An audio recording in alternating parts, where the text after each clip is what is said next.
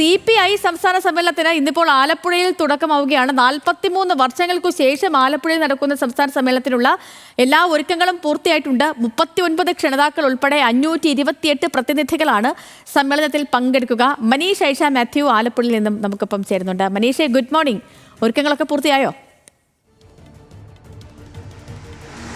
സേതുലക്ഷ്മി, ഒരുക്കങ്ങളെല്ലാം തന്നെ പൂർത്തിയായി കഴിഞ്ഞു. ഇന്ന് 2 മണിക്ക് വയലാർ സമരകേന്ദ്രത്തിൽ നിന്ന് ആരംഭിക്കുന്ന ദീപശിഖ പ്രയാണത്തോടെ ഔദ്യോഗികമായിട്ടുള്ള പാർട്ടി സമ്മേളനത്തിന് സംസ്ഥാന സമ്മേളനത്തിന് ആരംഭം കുറിക്കുകയാണ്.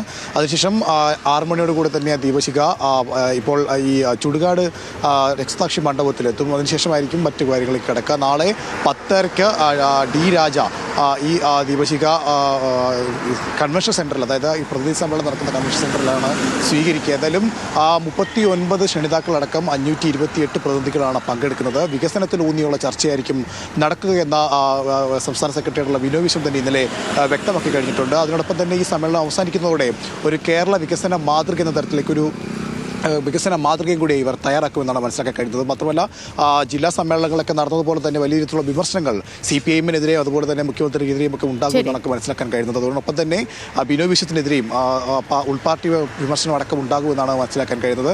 എന്തായാലും എല്ലാ ഒരുക്കങ്ങളും പൂർത്തിയായി കഴിഞ്ഞു. 43 വർഷത്തിന് ശേഷം അപ്പോൾ CPI സംസ്ഥാന സമ്മേളനത്തിന് എല്ലാ ഒരുക്കങ്ങളും പൂർത്തിയായി കഴിഞ്ഞു എന്നാണ് മനീഷ് ഐഷ മാത്യു പറഞ്ഞത്. മാത്രമല്ല, ഇതിന് ഒരു പ്രത്യേക 43 വർഷങ്ങൾക്കു ശേഷമാണ് ആലപ്പുഴയിൽ ഈ സംസ്ഥാന സമ്മേളനം നടക്കുന്നത്. മനീഷാണ് വിവരങ്ങളൊക്കെ നൽകി.